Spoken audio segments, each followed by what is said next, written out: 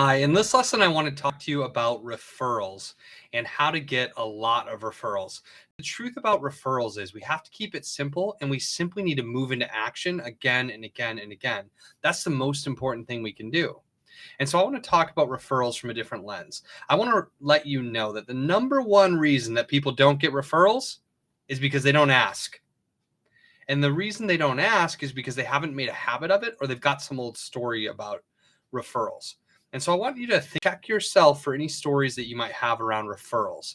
And if you've got negative or disempowering stories about referrals or about asking for referrals, you might want to gain an awareness of those stories, cross them out, recognize that they're not true, and write the more true and empowering story underneath. So there's some mindset work that you might need to do to prepare yourself for this. We need to clear any resistance to this from ourselves. Another great way to clear resistance to receiving referrals or asking for referrals is to make sure that we are somebody who gives consistently. You should give referrals. Find yourself connecting people in your network to people of value.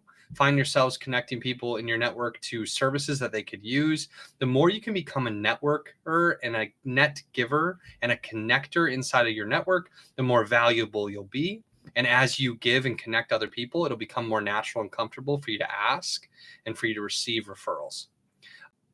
In regards, though, to you specifically asking for referrals and getting more, the thing that we need to do is create a consistent process.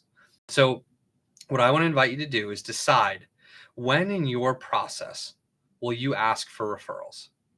And I think maybe the decision before that is deciding that you will ask for referrals again and again and again, like just committing that you're going to ask for referrals over and over. And that it's not a should for you, it's not a maybe, but it becomes a must for you. And if it's a must for you to ask for referrals, which allows you to have an unlimited, never-ending supply of prospects that also close at a much higher percentage. The average referral is 4 times as likely to buy as a cold call. So you want to 4x your business, start getting referrals. But if you're going to do that, you have to have a consistent process of when you ask. That's far more important than how you ask. And so I want to invite you to consider this. Could you choose to ask for referrals at the end of every single sales call? This would be the easiest way, and this would give you the greatest number of opportunities to ask for referrals. You could do this whether a prospect buys or not. And it could be as simple as at the end of the call saying, hey, before we wrap up, can I ask for your help? Or can I ask you one more question? And then saying, awesome, as you know, I'm building this business to support, insert mission statement, talk about the kinds of people you're working with, and say, it would really mean a lot to me to be warmly introduced to more people who fit that profile. Do you know 1 or 2 people who you think I should be talking to that you could introduce me to? I like to keep the ask really simple. Do you know 1 or 2 people who you think I could support? Do you know 1 or 2 people who you think I should be talking to, where this might be a mutual fit? And if I encounter resistance from the prospect, if they're like not comfortable with that, or they say they want to think about it, or they want to push this off for later, I'm actually okay with that. I'm not going to push hard here. I'm not going to handle objections. I'm just going to ask. And so if you imagine that you're going to ask every single time and allow it to be a soft, easy ask, like, do you know 1 or 2 people I should be talking to? And be willing to let it go if there's resistance, like, oh, no worries. Well, if you think of anybody, just let me know in the future. The door's open.